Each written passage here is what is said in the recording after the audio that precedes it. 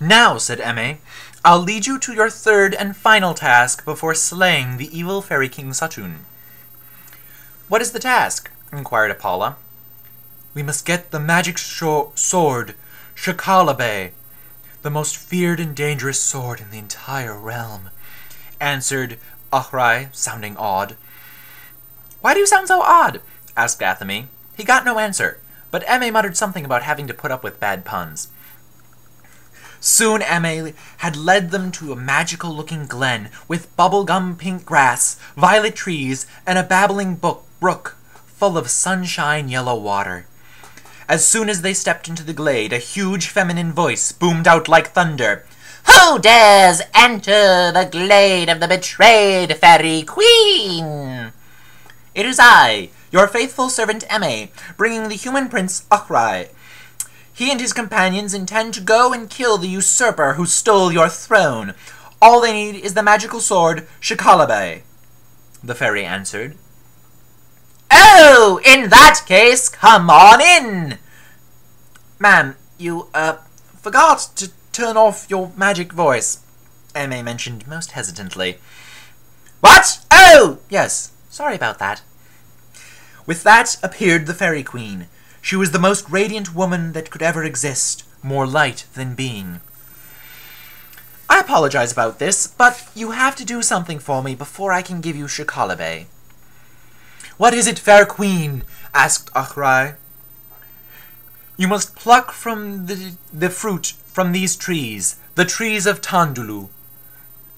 "We shall do this for you, O fair and great queen," Ahrai said, and he did not even stop to think if this would be difficult or not. When Ahrai walked over and reached to pluck one of the low-lying fruits, the entire tree reared back, and it went out of his reach. They tried for hours to pluck a fruit, yet were unable to. Finally, Athame grew so annoyed that he walked over to the tree of Tandulu and peed upon its most holy of roots. The tree shrieked and writhed in disgust, flinging its fruit all across the sacred glade. Immediately, Athame picked up one in his jaws and took it straight to the Fairy Queen. "Thank you," said the Fairy Queen. "Here is Shakalabe." And as she said it, she tossed the bedazzled magical sword to them, and she immediately started to messily devour the fruit. Ahrai walked over with immeasurable reverence and picked up Shakalabe. The moment his hand touched its hilt, the Fairy Queen finished her magical snack. She had been changed. Now she looked like power incarnate, far more intimidating than she had been before.